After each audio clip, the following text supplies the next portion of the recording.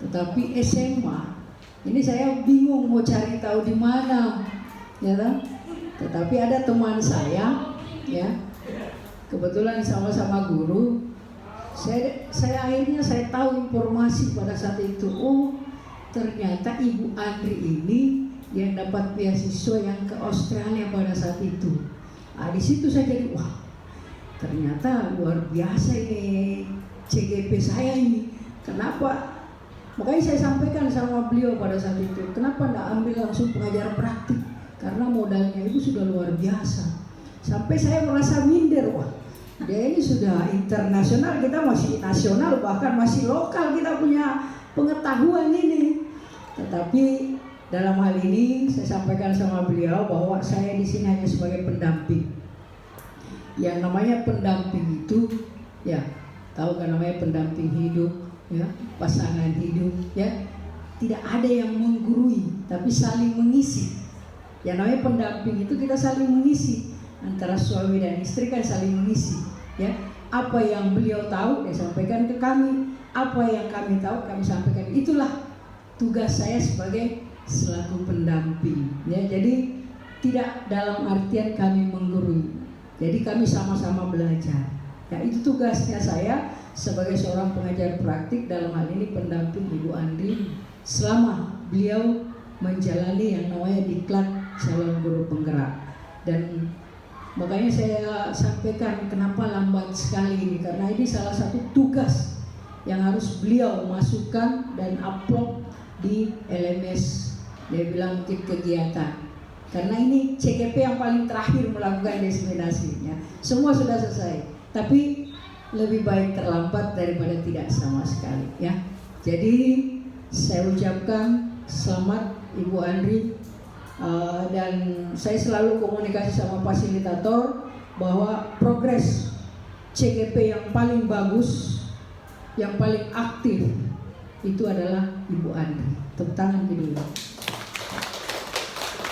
Jadi memang kami ada memang forum komunikasi sama fasilitator, selalu melakukan komunikasi terhadap perkembangan setiap calon guru penggerak. Dan salah satu progres calon guru penggerak yang paling bagus progresnya adalah beliau. Mungkin itu saja karena waktu, ya. Nanti akan diskusi, kita sharing di sini tentang apa yang akan disampaikan oleh Ibu Andri. Sekian dari saya, kurang lebihnya mohon dimaafkan. Terima kasih. Assalamualaikum warahmatullahi wabarakatuh. Baik, itu tadi sambutan yang disampaikan oleh Ibu Suwanita Sagogani SEMM. Kepada beliau kami ucapkan banyak terima kasih. Selanjutnya mari kita masuk ke inti dari acara ini, adalah presentasi atau seminar Diseminasi Budaya Positif Program Pendidikan Guru Penggerak Angkatan ke-6 Kota Palopo yang akan dibawakan oleh Ibu Andri Irawati Rahman SPD MPD. Kepada beliau kami persilakan dengan hormat. Terima kasih. Bismillahirrahmanirrahim. Assalamualaikum warahmatullahi wabarakatuh.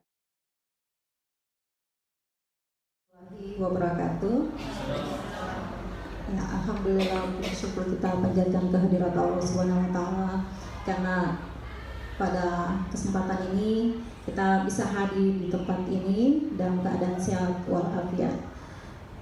Pertama-tama saya ingin mengucapkan terima kasih kepada Bapak Dr. Andes Hamid MSI selaku Makasih Kurikulum, kemudian kepada Ibu Suwanita Sagogani SEMM selaku pengajar praktik saya yang berkesempatan hadir di tengah-tengah kita saat ini. Terima kasih juga kepada Bapak Ibu Guru yang hadir, Bapak Guru hebat yang menyempatkan waktunya hadir di tempat ini untuk mendukung saya, ya. Kepada Ananda yang juga turut mendukung saya pada kesempatan ini, saya ucapkan juga terima kasih. Baiklah, untuk mengefisienkan waktu, saya mulai saja. Kali ini saya akan melakukan diseminasi budaya positif di sekolah. Jadi kami akan memberikan informasi apa yang dimaksud dengan budaya positif di sekolah. Jadi budaya positif itu adalah di sekolah adalah bagaimana kita menciptakan lingkungan aman, yang nyaman, yang menyenangkan bagi murid kita. Jadi sehingga mereka bisa memiliki kesempatan seluas-luasnya, sebebas-bebasnya untuk berkolaborasi dengan temannya, berkolaborasi dengan guru, dan menciptakan sesuatu, maksud saya mengeksplor dirinya untuk mencapai tujuan mereka.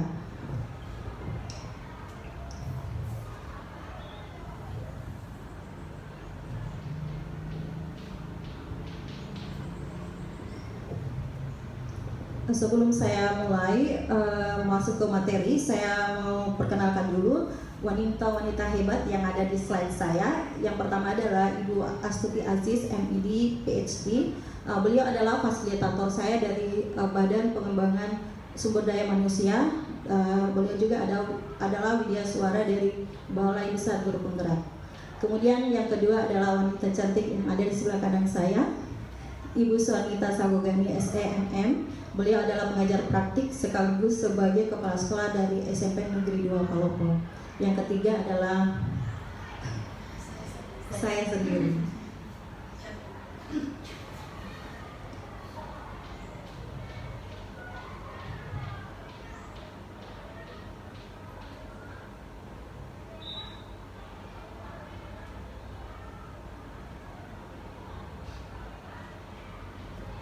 Baiklah, kita mulai dengan bagaimana menciptakan budaya positif di sekolah, bagaimana menciptakan lingkungan positif di sekolah. Yang pertama adalah disiplin positif dan nilai kebajikan universal. Pertama yang kita harus lakukan adalah perubahan paradigma. Apa yang dikatakan dengan perubahan paradigma? Paradigma adalah perubahan sudut pandang kita atau perspektif kita terhadap apa yang selama ini kita telah praktikkan kepada murid-murid kita. Jadi saya kasih informasi dulu, murid dalam kurikulum belajar itu kita tidak menggunakan lagi kata peserta didik atau siswa, tapi kita menggunakan kata murid instead of peserta didik atau siswa. Jadi selama ini kita selalu menganggap bahwa kita bisa mengontrol murid kita. Padahal yang terjadi adalah kita tidak dapat mengontrol orang lain. Orang lain tidak bisa mengontrol kita. Yang bisa mengontrol kita adalah diri kita sendiri. Begitu juga dengan murid. Kita tidak bisa mengontrol mereka kecuali mereka ingin dikontrol. Maksudnya di sini adalah ketika kita memberi hukuman kepada siswa, kita menganggap bahwa itu adalah disiplin. Kita mengontrol mereka, kamu harus seperti ini. Yang terjadi adalah ketika siswa tidak dapat mengontrol dirinya sendiri, dia tidak ingin dikontrol, mungkin pada saat kita beri hukuman, mereka mengikuti kita, patuh terhadap apa yang kita perintahkan. Tapi setelah itu apa yang terjadi? Mereka melakukan kesalahan lagi. Mereka melakukan contohnya panjat pagar di belakang atau di depan. Mereka melakukan itu lagi karena itulah yang kita tidak bisa mengontrol mereka. Yang bisa mengontrol diri mereka sendiri adalah diri mereka sendiri. Yang bisa mengontrol mereka adalah diri mereka sendiri. Untuk itulah apa yang harus kita lakukan adalah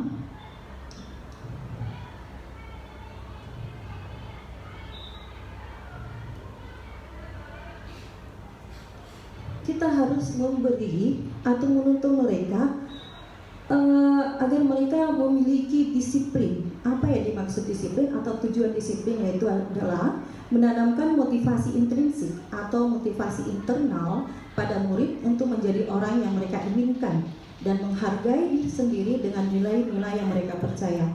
Motivasi intrinsik ini berdampak jangka panjang. Motivasinya tidak terpengaruh oleh adanya hukuman atau hadiah. Mereka akan berperilaku baik dan berlandaskan kebajikan karena mereka ingin menjadi orang yang menjunjung tinggi nilai-nilai yang mereka hargai. Motivasi intrinsik di sini adalah motivasi yang ada dari dalam diri, internal. Jadi itu adalah kesadaran murid kita sendiri untuk melakukan suatu kebaikan. Ya. Nanti di sini ada kata hukuman atau hadiah. Jadi dia tidak terpengaruh apakah dia melakukan sesuatu itu gara-gara ingin mendapat hadiah atau takut akan hukuman, tidak terpengaruh karena ini adalah motivasi dari dalam dirinya.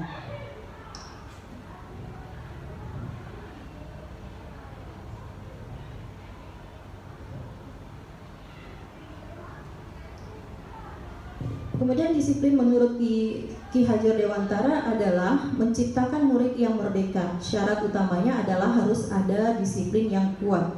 Disiplin diri yang memiliki motivasi internal. Jika kita tidak memiliki motivasi internal, maka kita memerlukan pihak lain untuk mendisiplinkan kita atau motivasi eksternal. Kemudian disiplin membuat seseorang menggali potensinya menuju kepada suatu tujuan mulia yang dihargai dan bermakna. Disiplin mempelajari bagaimana cara mengontrol dan menguasai diri untuk memilih tindakan yang mengacu pada kebajikan untuk mencapai tujuan mulia yang diinginkan.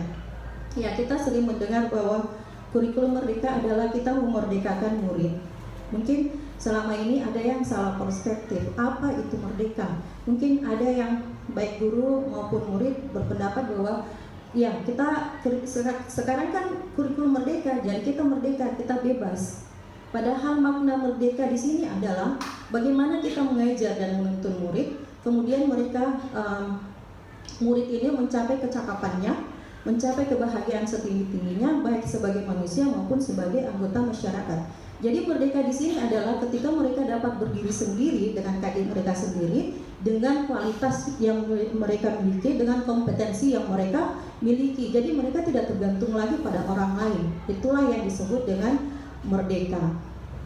Jadi bukan maksudnya bebas, mau belajar, mau tidak, ya tidak, kan merdeka. Jadi bukan itu yang dimaksudnya. Mungkin selama ini ada perspektif salah dari murid-murid kita. Yang berikutnya adalah bagaimana menciptakan di budaya positif itu, yaitu menanamkan nilai-nilai kebajikan universal. Nilai-nilai kebajikan universal ini adalah nilai yang disepakati bersama, lepas dari suku, bangsa, agama, bahasa maupun latar belakang, yang merupakan sifat-sifat positif manusia, yang merupakan tujuan mulia yang ingin dicapai setiap individu. Jadi di sini saya memberikan contoh nilai-nilai kebajikan dari profil pelajar Pancasila. Jadi karakter apa yang diinginkan dalam profil pelajar Pancasila, yaitu pertama ada 6 elemen: beriman, bertakwa kepada Tuhan Yang Maha Esa dan berakhlak mulia.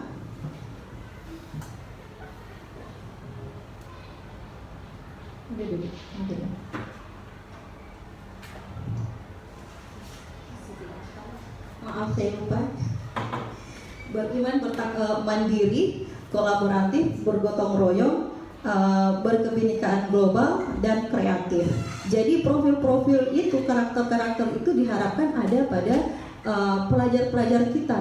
Jadi mulai pada saat implementasi kurikulum merdeka ini, kita guru diharuskan ya, seharusnya menanamkan karakter-karakter itu terhadap murid-murid kita saat ini. Karena yang seperti kita ketahui bahwa nilai-nilai kebajikan universal itu berlaku kepada siapa saja dan di mana saja.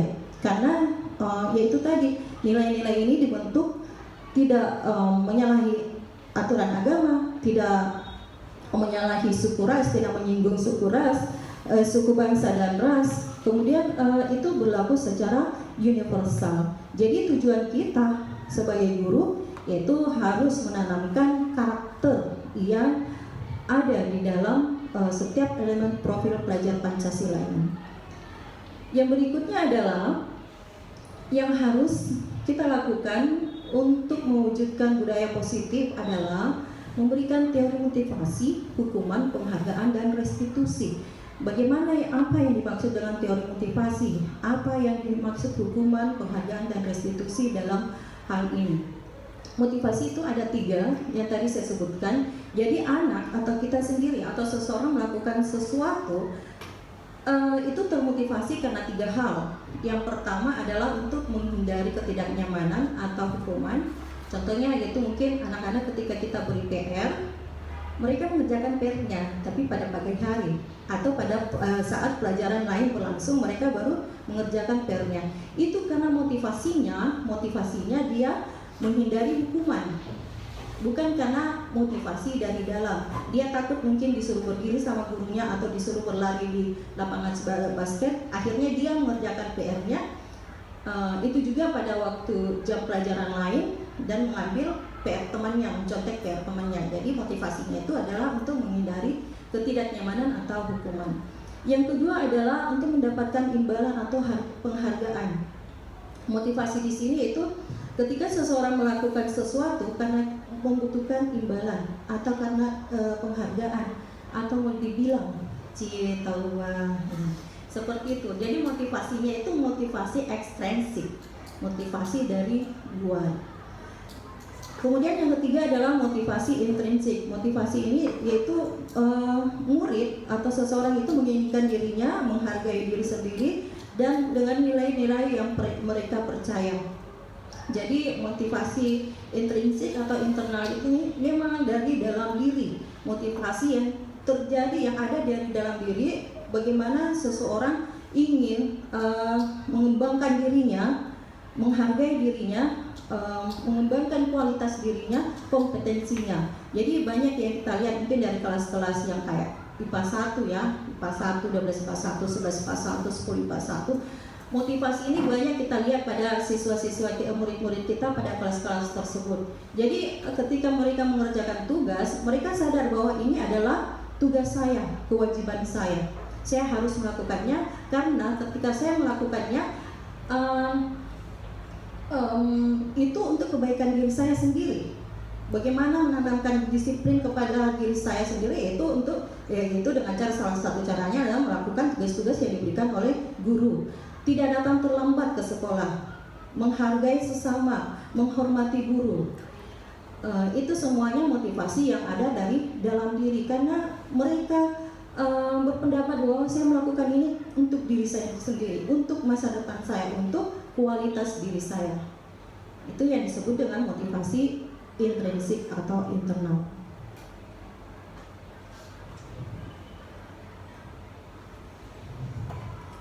Ya, yang harus kita hindari dalam menciptakan lingkungan positif atau budaya positif di sekolah adalah pemberian hukuman, konsekuensi, dan apa yang harus kita lakukan adalah restitusi. Jadi hukuman itu adalah tindakan yang bersifat tidak terencana atau tiba-tiba. Contohnya mungkin begini, ketika kita mengajar di satu kelas, tiba-tiba ada siswa yang datang terlambat sekali 30 menit. Karena jengkel, mungkin kita merasa tidak dihargai, ya. Kita suruh berdiri atau kita suruh duduk di depan kelas, atau yang lebih ekstrim lagi kita suruh lari 10 kali keliling lapangan. Nah, ini tindakan yang tidak terencana. Ini yang disebut dengan hukuman. Hukuman ini sebetulnya ya itu tadi, kembali kita kepada kontrol. Hukuman ini tidak semuanya membuat murid kita itu jerah. Jadi ketika kita memberi hukuman itu, kita merasa kita mengontrol mereka. Tapi yang terjadi adalah ketika pelajaran kita, mereka masih melakukan hal yang sama, kesalahan yang sama. Artinya kita tidak bisa mengontrol diri mereka. Ketika mereka mengontrol diri mereka sendiri, mereka tidak akan lagi melakukan kesalahan yang sama. Jadi hukuman ini efeknya bisa melukai perasaan siswa, bisa dengan cara mempermalukan mereka karena pasti akan ditertawai sama teman-temannya, ya. Kemudian itu jangka panjang waktu, maksudnya ada yang disebut dengan long-term memory, ya. Ketika pemberian hukuman itu secara ekstrim, anak-anak itu, murid-murid itu biasa mengingat kejadian itu dalam jangka waktu yang lama. Nah, itu berdampak pada psikologis mereka. Kemudian yang kedua adalah konsekuensi, yaitu tindakan yang sudah direncanakan atau disepakati, dibahas dan disetujui oleh murid dan guru. Jadi konsekuensi itu kita sepakati. Contohnya, kalau kalian 3 kali sudah tidak mengerjakan PR, 3 kali berturut-turut mengerjakan PR, kalian harus menulis 1 buku dengan Contohnya pernyataan saya tidak akan mengulangi hal yang sama, saya tidak akan mengulangi hal yang sama. Itu disebut dengan konsekuensi. Dalam menciptakan lingkungan positif ataupun menciptakan budaya positif di sekolah, konsekuensi pun ini masih dianggap kurang tepat.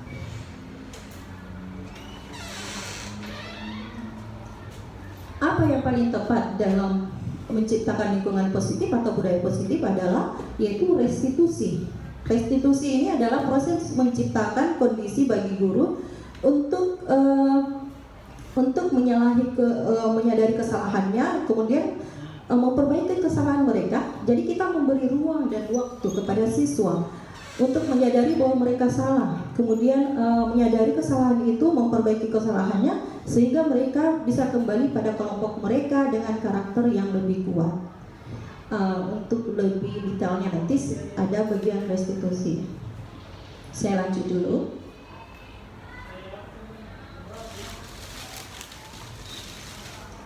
Ternyata ada juga yang dikatakan dengan dihukum oleh penghargaan. Jadi hukuman atau penghargaan adalah cara-cara mengontrol perilaku seseorang yang menghancurkan potensinya untuk menjadi lebih baik. Maksudnya seperti ini. Ketika kita terus-terusan memberi, contohnya anak kita mungkin ya di rumah, ketika kita terus-terusan memberikan dia hadiah untuk melakukan sesuatu, motivasi yang tercipta dalam dirinya adalah mengharapkan imbalan. Akhirnya dia tidak pernah menyadari dirinya bahwa saya harus melakukan ini karena ini adalah kebaikan untuk diri saya, kebaikan untuk orang lain.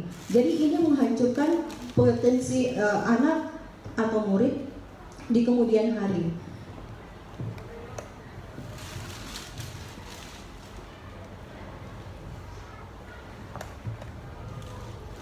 Nah, sekarang kita akan membahas tentang restitusi, yaitu pendekatan untuk menciptakan disiplin positif.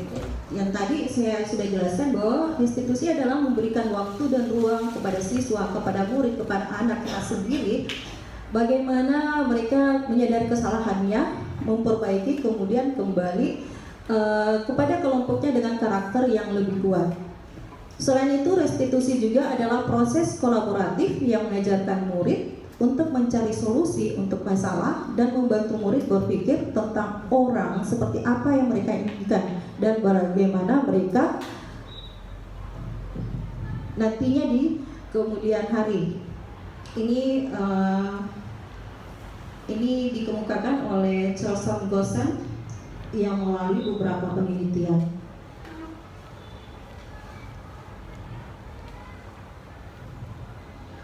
Jadi, adapun ciri-ciri restitusi dengan disiplin lainnya seperti hukuman atau konsekuensi. Yang pertama, bukan untuk menebus kesalahan, namun untuk belajar dari kesalahan.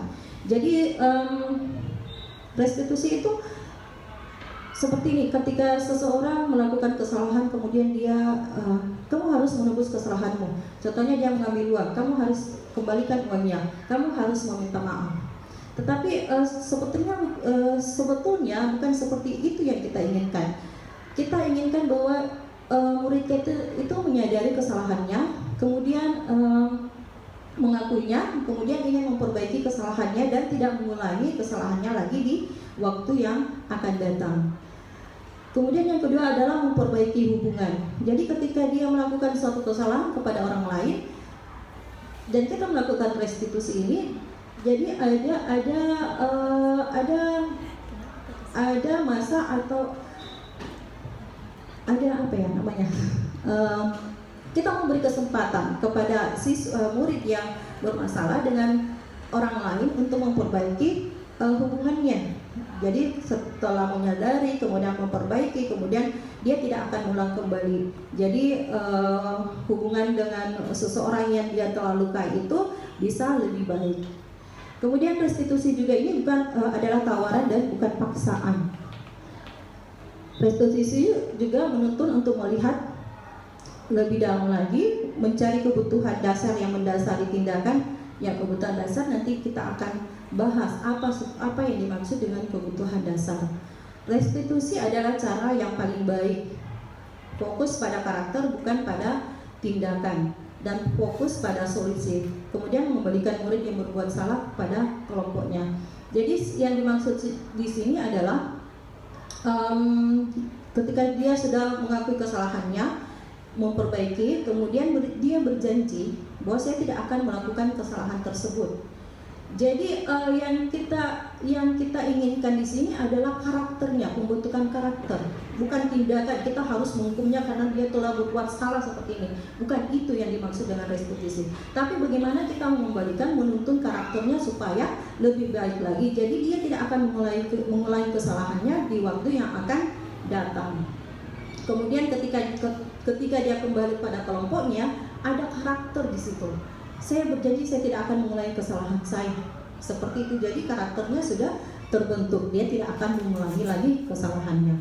Beda kalau hukumannya setelah lari 10 kali, masuk ke dalam kelas sudah selesai, sesori sama gurunya sudah selesai duduk. Kemudian pada waktu yang akan datang dia akan mengulangi kesalahannya lagi. Jadi tidak ada pembentukan karakter di situ. Tetapi yang kita fokus adalah tindakan yang menghukum tadi.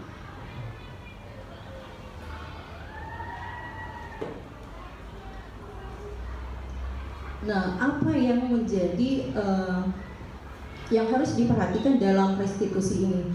Yaitu adalah keyakinan kelas. Keyakinan adalah nilai-nilai keselamatan atau kesehatan, yaitu nilai-nilai kebajikan yang bersifat universal yang disepakati secara tersirat dan tersurat, lepas dari latar belakang, suku, bahasa, dan agama. Keyakinan ini bersifat abstrak, merupakan pernyataan universal, dibuat secara bersama-sama yang terlibat dalam pembuatan keyakinan kelas, ditinjau yang harus ditinjau dari waktu ke waktu. Jadi dalam proses restitusi tadi itu, ketika kita memanggil siswa apa yang terjadi, kemudian kamu sadar tidak kalau kamu telah menyalahi keyakinan kelas yang kita telah sepakati. Jadi keyakinan kelas itu seperti tata tertib, tapi merupakan apa yang di dalamnya itu adalah tidak ada bentuk hukuman atau konsekuensi. Yang di dalamnya itu adalah nilai-nilai positif seperti menjaga kebersihan kelas. Kemudian ketika terjadi suatu masalah dia membuang sampah secara sembarangan, ya berarti dia melanggar keyakinan kelas yang telah disepakati bersama. Jadi keyakinan kelas ini harus dibuat bersama oleh wali kelas, guru mata pelajaran yang mengajar di kelas tersebut, dan siswa. Jadi semuanya siswa, semuanya warga dalam kelas tersebut mempunyai kesempatan untuk membuat keyakinan kelas dan disepakati secara bersama.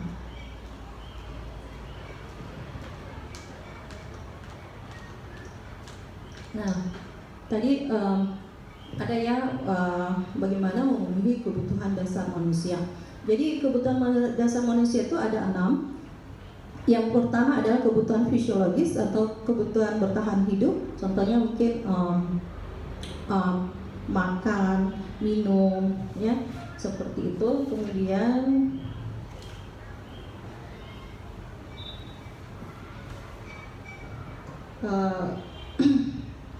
kesehatan rumah, dan kemudian yang kedua adalah kasih sayang dan rasa diterima. Jadi ini kebutuhan psikologis yang menghubungkan hubungan dengan sesama atau koneksi sosial. Jadi dengan teman, dengan pasangan hidup, ataupun mungkin dengan hewan peliharaannya. Ya, jadi kebutuhan dasar kita di sini itu jadi bukan cuma murid ya, kita semuanya. Kita ingin merasa disayang, kita ingin merasa diterima oleh teman kita atau lingkungan kita.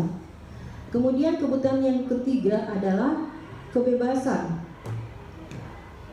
Itu dalam hal ini itu mandiri, punya pilihan. Jadi dia tidak selalu mau didikte. Dia juga punya pilihan sendiri, ya, own choice. Kemudian dia ingin mencoba hal-hal baru, seperti mungkin kalau kamu harus begini. Nah, itu kebutuhan untuk kebebasannya kemudian tidak terpenuhi. Yang keempat adalah kesenangan, yaitu mencari kesenangan, bermain dan tertawa. Jadi ketika kebutuhan-kebutuhan ini tidak terpenuhi oleh seseorang, maka itu kemudian seseorang itu bisa berbuat kesalahan. Karena kita ketahui bahwa kesalahan apapun yang dilakukan itu pasti punya alasan, ya. Contohnya ketika seseorang mengambil uang temannya, kita tidak bisa langsung menjudge atau menghukum seperti apa, tapi kita harus lakukan dulu restitusi. Kemudian kita menanyakan apa yang terjadi, dan kita melihat kebutuhan dasar apa yang tidak terpenuhi olehnya. Mungkin kebutuhan dasar fisiologis tadi yang bertahan hidup, mungkin dia tidak punya uang, mungkin sangat lapar, atau dia ingin pulang tapi tidak punya uang. Kemudian salah satu cara yang paling buruk yang dilakukan adalah mengambil uang temannya. Jadi di setiap tindakan itu, di balik tindakan itu selalu ada alasannya apa melakukan hal tersebut. Kemudian untuk penguasaan, yaitu bagaimana dia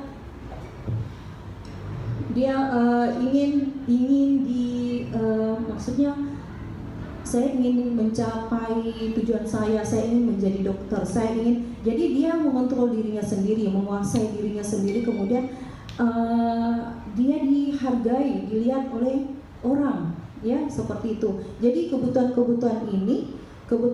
dasar inilah yang paling, kalau saya bilang ya, yang paling vital yang harus kita penuhi. Karena ketika ada kebutuhan yang tidak terpenuhi, maka disitulah kemudian terjadi sesuatu yang tidak diinginkan.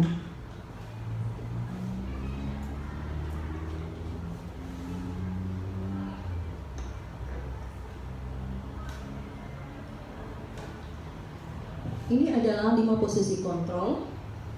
5 posisi kontrol guru terhadap murid atau orang tua terhadap anaknya. Yang pertama adalah penghukum, yang tadi hukuman dan konsekuensi. Jadi ketika kita anak berbuat salah atau murid berbuat salah, kita secara kayak refleks, ya. Jadi di situ ada berpikir cepat apa yang harus kita lakukan terhadap siswa ini. Jadi ada 2 cara berpikir, yaitu cara berpikir cepat dan cara berpikir lambat. Cara berpikir cepat maksudnya bukan dia sangat pintar, dan kemudian lambat yang slow ini dia adalah orang bodoh, bukan itu yang dimaksud. Yang berpikir cepat adalah ketika kita mengambil tindakan tanpa berpikir apa resikonya. Jadi langsung begitu ada action, langsung ada reaksi. Yang berpikir lambat itu adalah ketika terjadi sesuatu, kita tidak langsung bereaksi. Kita berpikir dulu, menganalisa dulu apa yang terjadi, kemudian kita melakukan tindakan. Itu yang dimaksud dengan berpikir lambat. Yang kedua adalah pembuat merasa bersalah. Jadi kita merasa kita selalu, ya tadi dari menghukum siswa karena mungkin terlambat, kemudian kedua adalah pembuat merasa bersalah. Jadi seperti ini, ternyata kamu berbuat seperti itu, ya, Bapak tidak sangka atau Ibu tidak sangka. Jadi efeknya seperti bahwa siswa itu merasa bahwa dirinya negatif. Apa yang ada di dalam pikirannya bahwa saya merasa berbuat salah, saya merasa seperti ini. Oh, kamu melakukan itu, ya, kamu tidak kasihan ya sama ibu, kamu tidak kasihan ya sama bapak. Apa yang kamu lakukan itu bisa berdampak pada ibu. Jadi ketika kita mengatakannya secara lembut, tapi ketika kata-kata itu menusuk ke dalam pikiran dan hati siswa, dan yang bisa berdampak pada psikologisnya. Yang ketiga adalah posisi kita sebagai teman. Selama ini kita menganggap bahwa posisi kita sebagai teman pada siswa itu adalah posisi terbaik. Ternyata teman itu saja tidak cukup, ya, karena ini ternyata juga berdampak kepada siswa. Jadi ketika siswa melakukan sesuatu, kemudian ini anak akrab tak, masa begitu, Ki? Ya.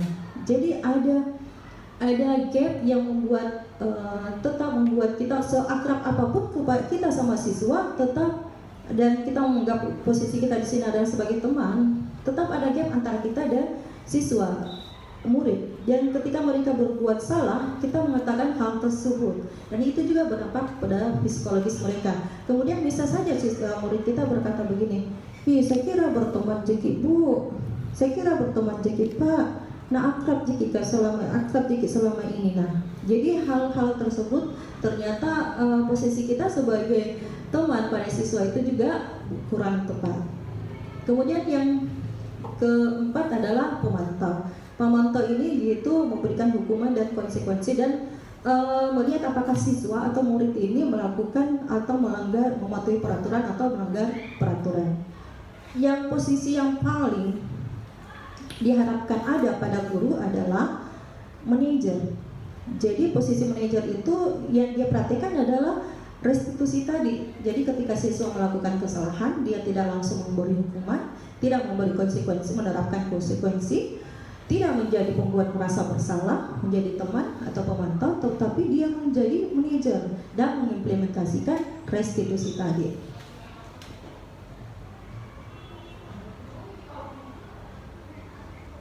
Nah, ini adalah segitiga restitusi, ada 3, yaitu menstabilkan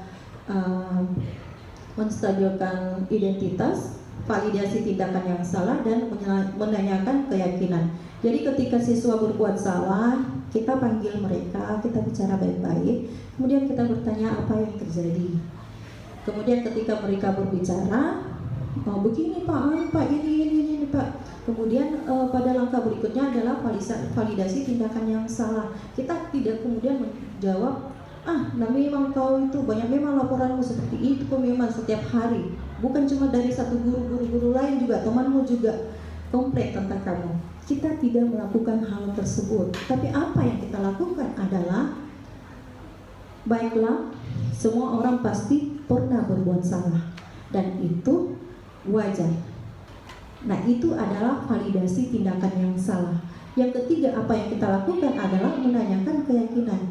Nah, sekarang setelah kamu bercerita apa yang terjadi dan itu memang wajar, setiap orang pasti pernah berbuat salah. Nah, sekarang kamu sadari tidak keyakinan apa yang di kelas yang telah kamu langgar, tidak patuhi. Jadi kemudian dia berkata, oh saya melanggar keyakinan kelas seperti ini. Dan setelah itu, setelah dia menyadari kesalahannya, kita mengajak mereka. Jadi salah satu ciri restitusi tadi itu adalah tawaran, bukan paksaan. Nah sekarang kita tanya lagi kepada murid, nah sekarang apa yang kamu akan lakukan untuk memperbaiki dirimu? Dan siswa itu berpikir. Jadi tidak ada paksaan ya. Kita tidak yang tadi itu kebutuhan dasar manusia itu kebebasan. Jadi mereka sendiri yang memilih. Mereka punya pilihan, mereka sendiri yang memilih apa yang harus mereka lakukan untuk memperbaiki dirinya.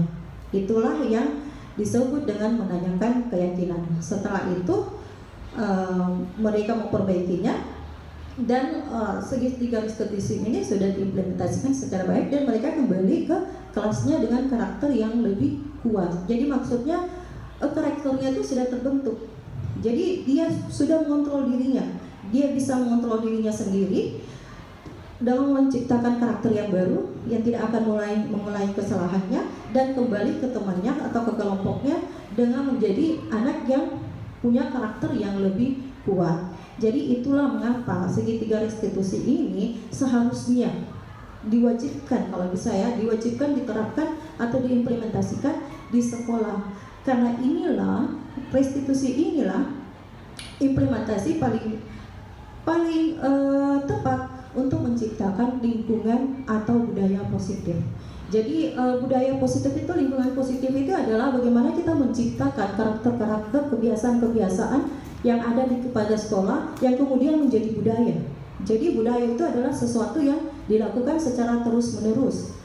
Dan ketika kebiasaan-kebiasaan dan praktek-praktek baik ini, positif ini sering dilakukan terus-menerus, maka kemudian terjadi budaya positif.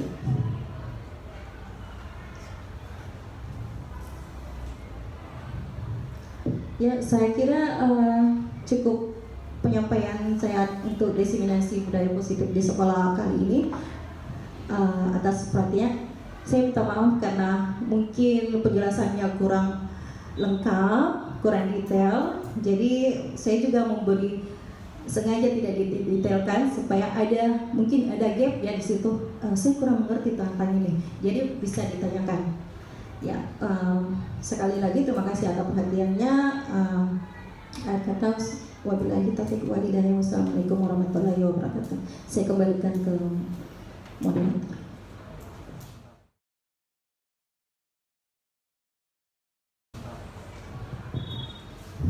Baik, itu tadi penjelasan mengenai diseminasi budaya positif yang ada di lingkungan sekolah.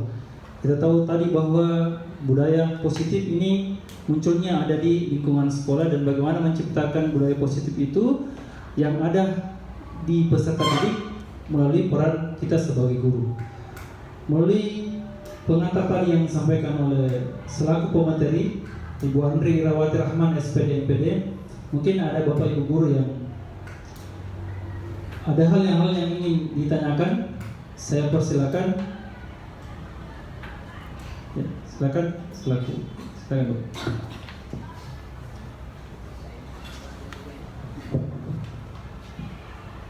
Terima kasih ke moderator memberikan kesempatan kepada saya untuk ya menanggapi apa yang sudah dipaparkan oleh Ibu Andri mengenai ya restitusi.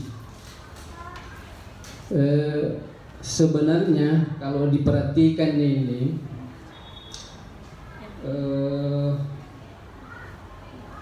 restitusi sebenarnya ini kita kembali ke zaman Ki Hajar Dewantoro sebenarnya.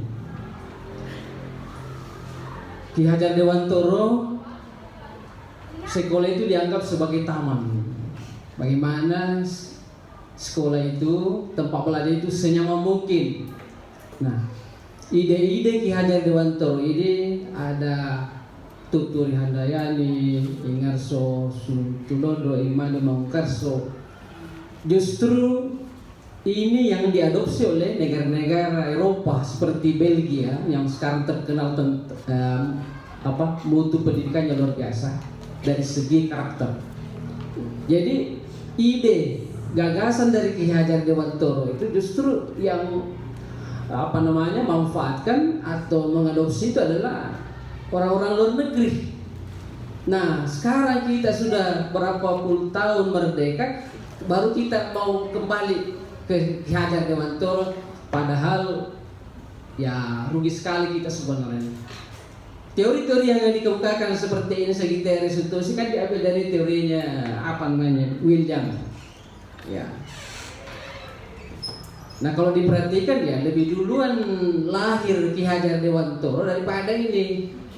Nah, inilah penyebabnya kita di Indonesia selalu menginginkan yang serba luar negeri, padahal ada ya tokoh kita yang sudah mendunia itu Ki Hajar Dewantoro yang mempunyai ide cemerlang ya tentang ini. Nah, segitiga restitusi ini kan itu tadi mengedepankan dialog ya. Jadi selama ini sebenarnya kita ini sudah keluar konteks di dalam hal ide dari Ki Hajar Dewantoro. Kita anggap bahwa kalau menghukum itu justru itu baik, padahal kalau ditelaah ternyata dampak negatifnya lebih banyak. Oleh karena itu pentingnya setiap dimulai awal pembelajaran atau tahun setiap semester ganjil atau benar. Ini semuanya di perguruan tinggi sudah dilakukan, ada namanya kontrak kuliah. Jadi sebelum memulai suatu pembelajaran, pertemuan pertama adalah dengan kontrak pelajar. Disitulah antara siswa dan guru ya harus ada semacam kesepakatan bersama, komitmen bersama, sehingga nanti tidak terjadi hal-hal yang tidak diinginkan. Jadi masing-masing pihak dengan kesadaran penuh, karena ini merupakan kesepakatan bersama, ya ini bisa terlaksana dengan baik. Nah, rata-rata kita mengajar langsung tancap gas, padahal semestinya Pelajaran pertama itu diawali dengan tadi itu menyamakan persepsi, melakukan kontrak komitmen bersama. Nah ini ya mudah-mudahan kedepannya kita semua menjadi posisi manajer ya. Bagaimana Kak? Karena itu menurut Bu Andri tadi sesuai dengan teorinya William ini luar biasa. Dan sebenarnya kita sudah tertinggal karena apa? Meninggalkan ya ide dan gagasan yang cemerlang dari Ki Hajar Dewantara bahwa sebenarnya sekolah itu bagaimana supaya dijadikan kayak taman, orang betah di dalam, kayak tidak mau pulang ke rumah. Beda sekarang ya, karena sekolah bukan dianggap taman, tidak betah di dalam, bila perlu lompat pagar. Coba bayangkan kalau taman justru orang datang. Ini mungkin yang perlu saya pertanyakan, mungkin penjelasan bagaimana penerapan segitiga restitusi di sekolah. Saya kira demikian. Assalamualaikum warahmatullahi wabarakatuh. Waalaikumsalam warahmatullahi wabarakatuh. Jadi bertanya kita Pak.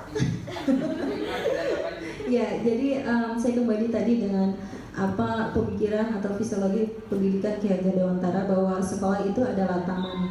Jadi bagaimana menciptakan budaya subpositif yang menyenangkan bagi siswa, lingkungan yang aman dan nyaman yang menyenangkan sehingga siswa betah. Siswa ketika melakukan kesalahan tidak ada perasaan takut dihukum. Siswa ketika melakukan kesalahan tidak ada perasaan terintimidasi. Jadi ketika kita mengimplementasikan restitusi ini, kita mengharapkan bahwa kesalahan-kesalahan yang besar tidak lagi dilakukan oleh siswa, karena kita telah menerapkan atau menciptakan satu lingkungan yang aman dan nyaman, seperti taman tadi dianalogikan oleh Ki Hajar Dewantara. Jadi bagaimana implementasi restitusi di sekolah? Jadi ya saya sebetulnya saya pernah melakukan ini kepada siswa. Jadi itu juga sebelumnya ya saya juga posisi kontrol saya adalah ya guru yang penghukum, pembuat rasa bersalah sebagai teman. Kita menganggap bahwa ketika kita melakukan itu adalah salah satu cara untuk mendisiplinkan siswa. Tapi ternyata itu kurang tepat karena ya lagi-lagi kita tidak bisa mengontrol orang lain. Yang bisa mengontrol diri mereka ya mereka adalah diri mereka sendiri. Begitu pula dengan kita. Siapa yang bisa mengontrol kita adalah kita sendiri. Ya, kalau kita dikontrol orang lain mungkin secara terpaksa, setelah itu mungkin ada perasaan jengkel, ya. Tapi ketika kita menyadari kita bisa mengontrol diri, kita bisa menguasai diri, maka kita melakukan hal-hal yang baik, hal-hal yang positif. Nah, jadi mungkin untuk bagaimana caranya mengimplementasikan, mungkin kita perlu lebih banyak untuk membantu saya. Mungkin kita perlu kerjasama dengan kurikulum. Jadi dalam kurikulum Merdeka ini yang diharapkan adalah kolaborasi antar stakeholder sekolah, warga sekolah, kepala sekolah, guru, dan siswa. Bagaimana mereka berkolaborasi untuk menciptakan lingkungan atau budaya positif ini. Jadi implementasinya ya bisa kita mulai mungkin setelah ini ya kita praktekkan, karena mungkin sebelumnya kita tidak tahu apa yang sebetulnya restitusi itu, apa yang kita terapkan selama ini salah atau kurang tepat. Jadi setelah ini sama seperti saya setelah mempelajari modul 1.4 ini, saya kemudian menyadari saya salah ternyata selama ini. Dan kemudian itulah pentingnya diseminasi ini, itu bagaimana kita mensosialisasikan suatu inovasi atau rancangan atau plan yang ingin kita lakukan kepada rekan-rekan sejawat. Jadi saya mengharapkan bantuan dari teman-teman guru yang ada di sini. Mungkin setelah ini kita biar implementasi restitusi itu bisa menyeluruh dilakukan oleh guru-guru lain, kita adakan semacam sosialisasi atau diseminasi yang lebih besar lagi kepada guru-guru di ruang guru ya. Jadi semuanya mengerti apa yang harus kita lakukan ketika siswa melakukan kesalahan. Jadi implementasinya mungkin Pak mulai saat ini bisa kita lakukan ya, kita praktekkan. Jadi saya butuh bantuan teman-teman. Kalau sendiri ya kepayahan juga saya kalau melakukan sesuatu sendiri, karena pasti ya kayak tidak ini ya, kayak timpang ketika melakukan sesuatu itu secara sendiri.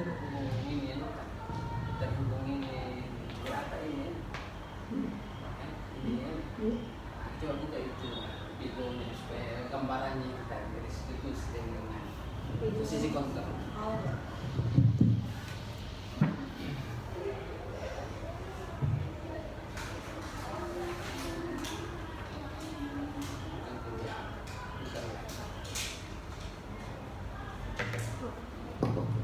Jadi mungkin kedepannya saya berharap lebih banyak guru yang tertarik berminat untuk ikut program pendidikan guru penggerak, supaya ada yang membantu saya melakukan atau implementasi semua yang apa yang saya dapatkan di modul-modul di selama PGP.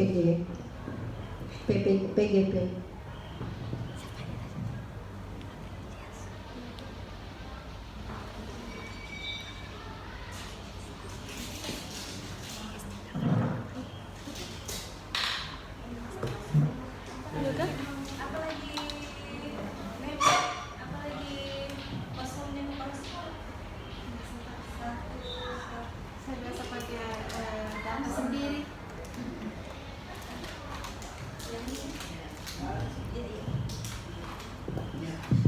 Baik, terima kasih Ibu Andri. Dalam hal ini adalah peserta calon guru penggerak. Saya ingin sedikit memberikan semacam masukan. Jadi saya, Bapak Ibu, di sekolah saya itu saya terapkan ini yang namanya segitiga restitusi.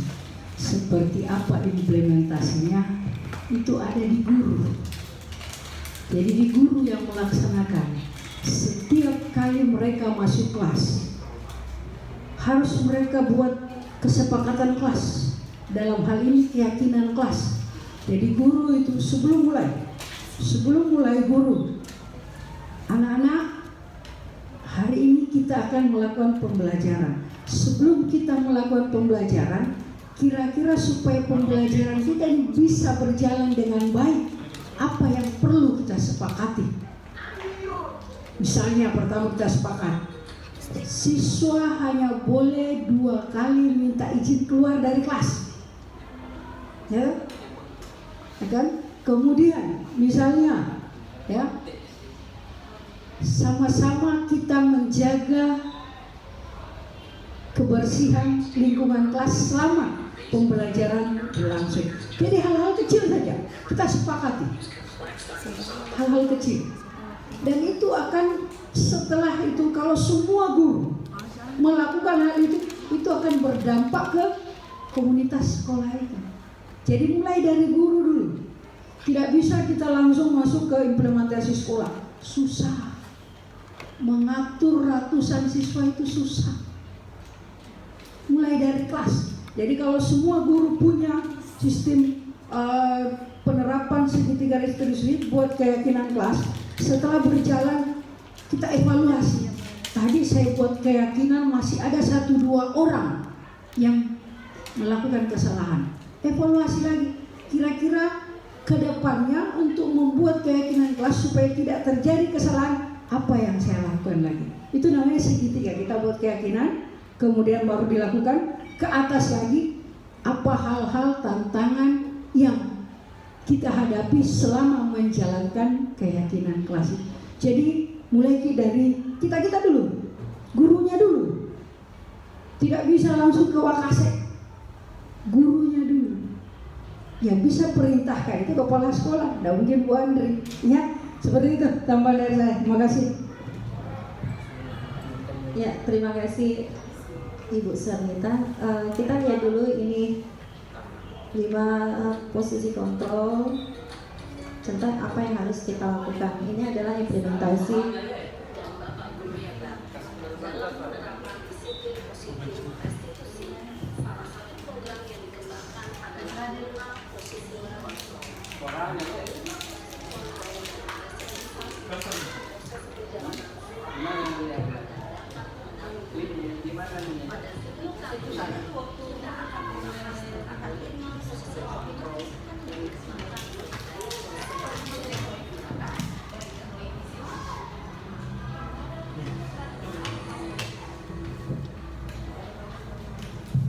Lima posisi kontrol itu adalah: 1.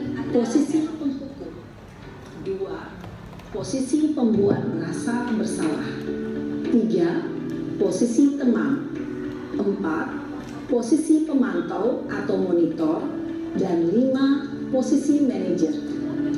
Untuk lebih memahami kelima posisi tersebut, mari kita saksikan kasus Naren yang terlambat hadir 20 menit di sekolah dan melihat bagaimana kelima posisi kontrol dalam menghadapi masalah tersebut.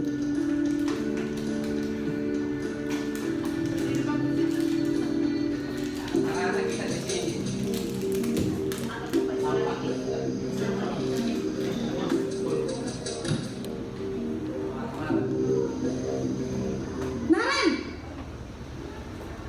sini kamu. Selamat pagi, Bu. Selalu terlambat. Kamu deh, pasti terlambat. Maaf, Bu. Saya Apa? Apa coba? Alasan kamu apa lagi? Kapan sih kamu tidak terlambat?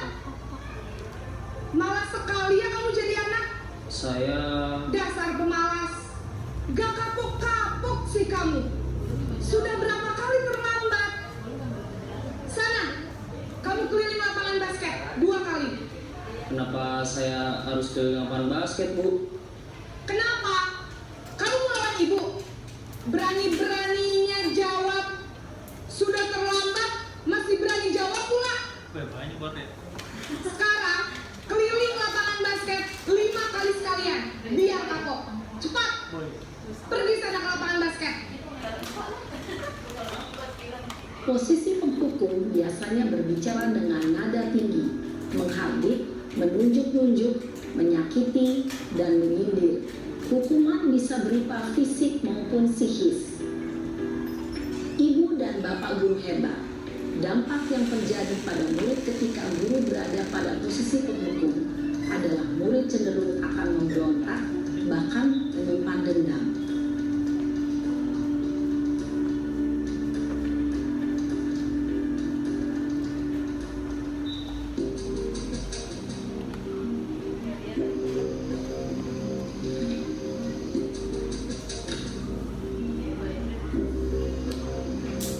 Naren,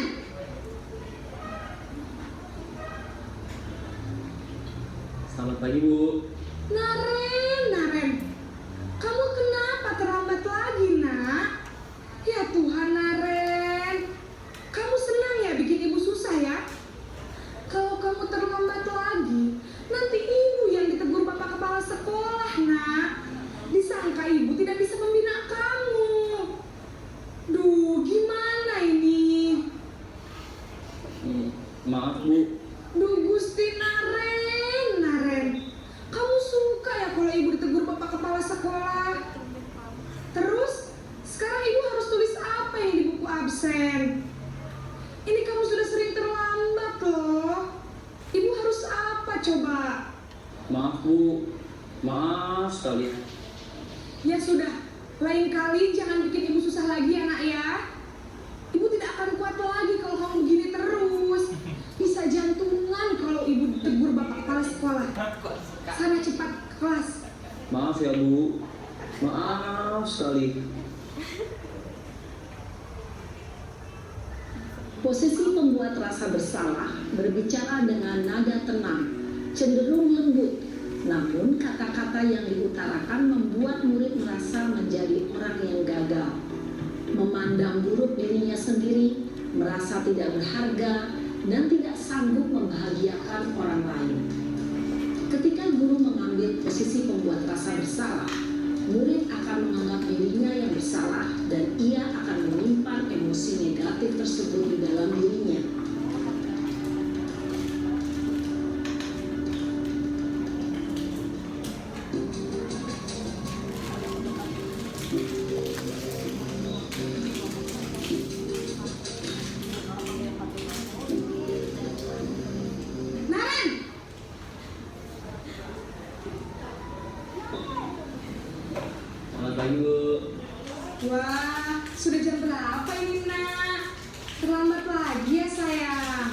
Iya Bu, habis ibu saya udah membangunkan saya Bu. Kamu malah menyalahkan ibu kamu. Kamu bukannya anak yang larinya paling kencang. Kok terlambat sih? Iya Bu, saya memang terlambat bangun tadi. Jadi biarpun saya lari kencang, tetap gak kekejar Bu. Ya sudah sana. Nanti lain kali larinya lebih kencang lagi ya. Biar gak terlambat lagi. Bikin seneng ibu. Demi ibu. Bisa kan? Bisa lah Bu. Ya sudah sana masuk kelas. Ibu beresin urusan absen kamu. Kamu ini ada-ada saja. Dalam posisi teman, guru berbicara dengan nada suara ramah, akrab, cenderung bersenda gurau untuk menjaga suasana tetap santai. Murid akan merasa senang, aman, dan akrab dengan guru. Identitas yang tercipta adalah identitas sukses atau berhasil. Namun, perlu diingat, karena ini masih dorongan eksternal, maka ada faktor ketergantungan dari murid kepada orang tertentu. Di sini, guru absennya, sehingga di lain waktu, murid bisa berperilaku baik, namun hanya kepada orang-orang tertentu saja.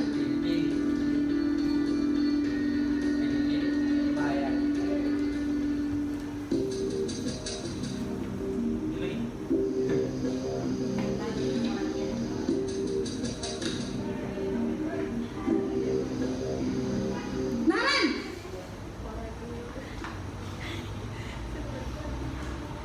Selamat pagi Bu. Naren, apa peraturan sekolah kita tentang jam berapa kita harus masuk sekolah, nak? Kita harus di sekolah jam 7 Bu. Iya betul, sekarang sudah jam 7.20. Naren sudah tahu konsekuensinya jika terlambat hadir. Paham Bu. Saya harus tinggal kelas pas jam istirahat selama 20 menit. Iya benar, konsekuensinya demikian. Jadi nanti jam 9.30 pas istirahat, kamu harus tinggal di kelas, kerjakan tugas tambahan untuk ketertinggalan kamu, ya? Baik Bu. Posisi pemantau mengandalkan penghitungan atau data untuk mengontrol murid. Guru mengarahkan murid berdasarkan peraturan dan konsekuensi. Seorang pemantau menunjukkan bahasa tubuh dan ekspresi wajah yang datar dan cenderung formal.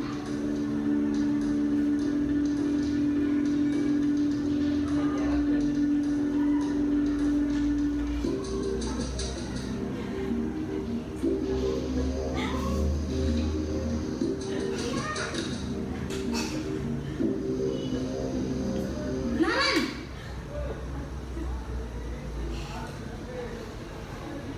Selamat pagi Bu.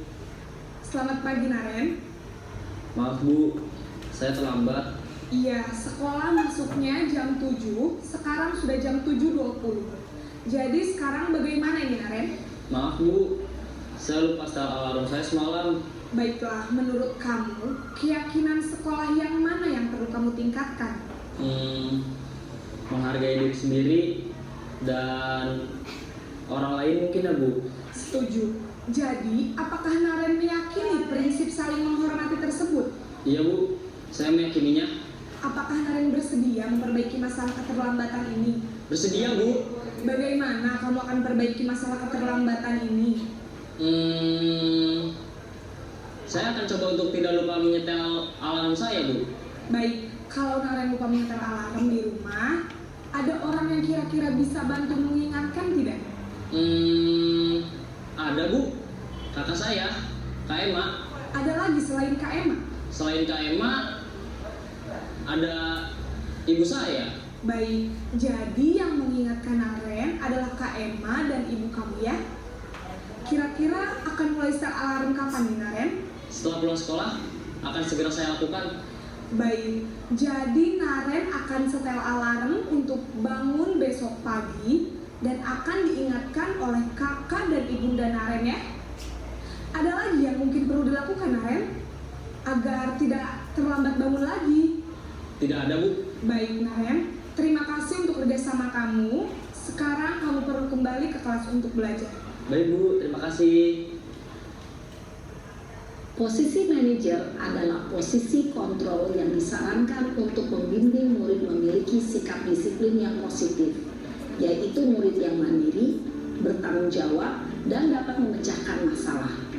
Tujuan dari posisi ini adalah agar murid dapat berefleksi atas tindakannya. Guru akan dengan tulus memberikan pertanyaan-pertanyaan bermakna, sehingga membuat murid dapat belajar dari kesalahannya dan mencari sebuah solusi untuk menyelesaikannya. Ibu dan Bapak guru hebat, setelah mengamati adegan kelima posisi kontrol tadi, kira-kira posisi mana yang paling ideal? Posisi mana yang dapat menunjang motivasi intrinsik murid? Ya, tentu posisi manajer. Posisi ini memang posisi ideal yang ingin dituju setiap pendidik. Pada posisi inilah, guru dapat menerapkan disiplin positif yang berpihak pada murid, yang memerdekakan murid. Perjalanan seorang pendidik tentunya tidak mudah untuk sampai pada posisi seorang manajer. Namun, tujuan kita pasti, yaitu menciptakan murid-murid yang mandiri, merdeka, dan bertanggung jawab. Semoga penggambaran 5 posisi kontrol yang telah diperlihatkan ini dapat menjadi ajang refleksi bagi kita semua, agar dapat terus mengasah dan menerapkan disiplin positif yang memerdekakan murid. Mari terus berlatih dan bersemangat. Selamat menerapkan. Salam dan bahagia Ibu dan Bapak guru hebat.